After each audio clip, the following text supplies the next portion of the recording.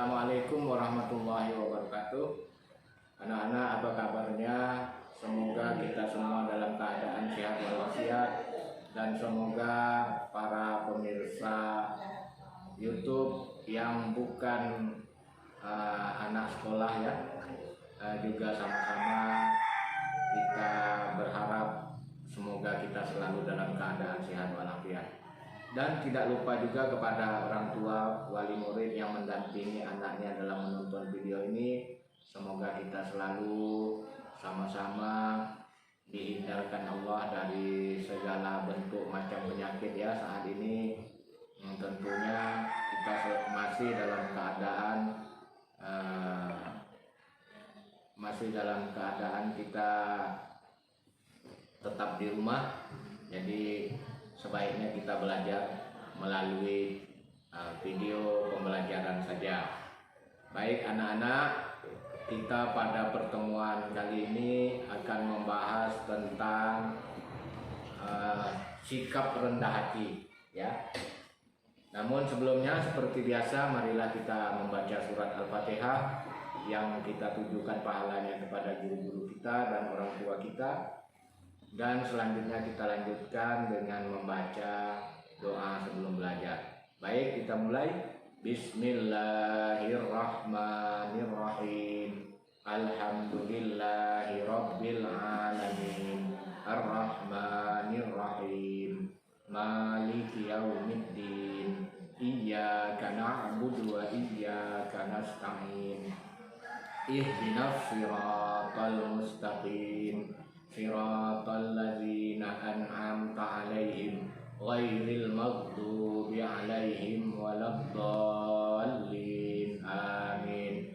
Raditu billahi rabba wa bil islami dina wa bi Muhammadin nabiyya wa rasula. Rabbi zidni ilma warzuqni fahma. Amin. Baik anak-anak ya, kita mulai pelajarannya. Pada kali ini kita akan mempelajari tentang sikap rendah hati, yaitu subbab yang ketiga dari bab mari berperilaku terpuji. Ada 4 tujuan pembelajaran yang akan kita capai pada pertemuan kali ini. Semoga kamu bisa mengikutinya dengan seksama agar apa yang dapat kita pelajari ini bisa kamu tangkap dengan benar, bisa kamu pahami ya, dan terutama bisa kamu laksanakan dalam kehidupan sehari-hari. Dan juga tujuan kita dari kegiatan pembelajaran ini agar kalian dapat bisa menjawab soal-soal pertanyaan nanti ketika ada ulangan tengah semester ataupun ulangan harian ataupun ulangan semester ya. Namun yang terpenting dari itu adalah kamu dapat memahami dan melaksanakan apa yang telah kita pelajari. Baik, yang pertama, tujuan dari pembelajaran kita tentang sikap rendah hati ini yaitu memahami sikap rendah hati. Seperti kamu ketahui dari kalimatnya, rendah hati itu adalah rendah ya, rendah, lawannya tinggi. Hati adalah hati kita, perasaan kita. Jadi rendah hati adalah sikap bagaimana kita agar hati kita ini selalu rendah dari orang lain. Perasaan kita rendah dari orang lain. Lawannya tinggi hati. Sikap rendah hati ini di dalam bahasa pelajaran agama Islamnya disebut dengan tawadhu. Tawadhu. Selalu merasa kita ini tidak ada apa-apanya dengan orang lain. Itu tawadhu. Lawannya tinggi hati, sombong, ya. Itu arti dari sikap rendah hati. Kemudian yang keduanya mencontoh sikap rendah hati. Nah, sikap rendah hati ini harus bisa kamu contoh. Di dalam buku pelajaran kamu di situ ada 6 contoh sikap rendah hati Mudah-mudahan ini bisa kamu kembangkan sendiri apa-apa saja sikap rendah hati, tapi setidaknya 6 contoh sikap rendah hati ini dapat kamu contoh di dalam kehidupan kamu sehari-hari. Yang pertama, contoh sikap rendah hati itu menyapa dan mengucapkan salam terlebih dahulu jika kalian bertemu dengan orang lain. Jika kamu bertemu dengan teman kamu atau dengan bapak guru, ibu guru, maka ucapkanlah salam terlebih dahulu. Assalamualaikum Pak, Assalamualaikum kawan. Nah itu ucapkan terlebih dahulu, berarti kamu sudah menerapkan sikap rendah hati. Yang kedua, menghargai orang lain dan tidak suka menghina. Contoh sikap rendah hati itu yang keduanya, selalu menghargai orang lain. Orang lain melakukan sesuatu, kita hargai dulu, kita hargai dia, jangan kita hina, jangan kita menghina teman, jangan kita menghina sesama kita. Itu orang yang selalu rendah hati, selalu menghargai.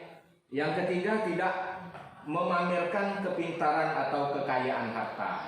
Nah, mentang-mentang kamu pintar, lalu kamu pamerkan kepintaran kamu dengan teman-teman kamu.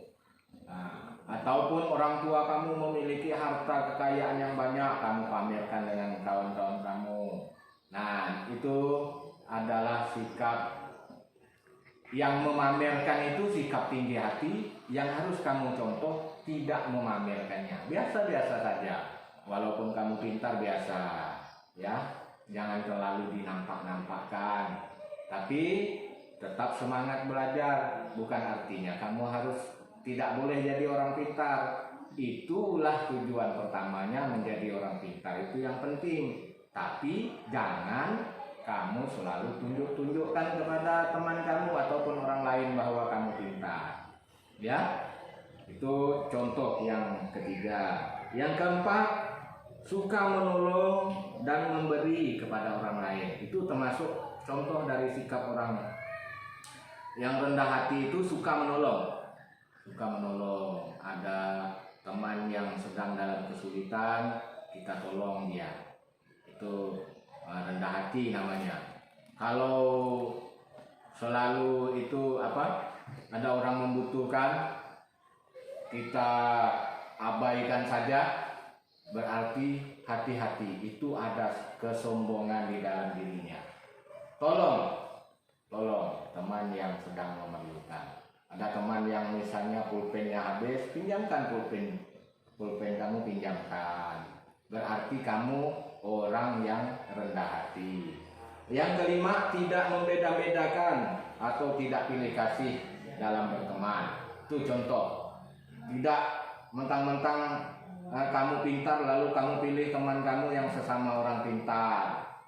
Ataupun karena kamu orang tuanya kaya, pilih teman-teman sesama orang kaya. Temannya yang tidak kaya tidak ditemani. Itu tidak boleh ya. Tidak memilih, itu adalah contoh sikap rendah hati. Tidak memilih teman dalam bergaul. Yang keenam, bersikap tenang dan sederhana.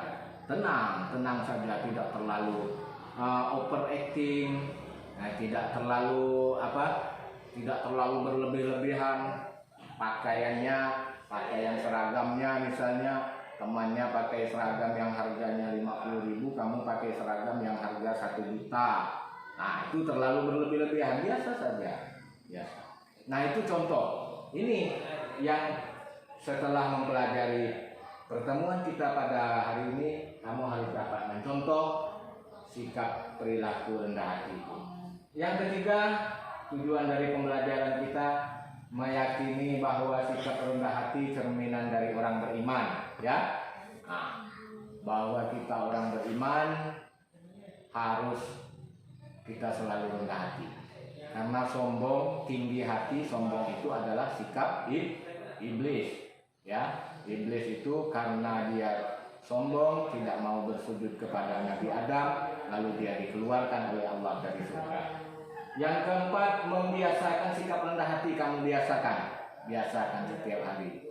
Kalau pernah kamu ingin memilih-milih teman, jangan.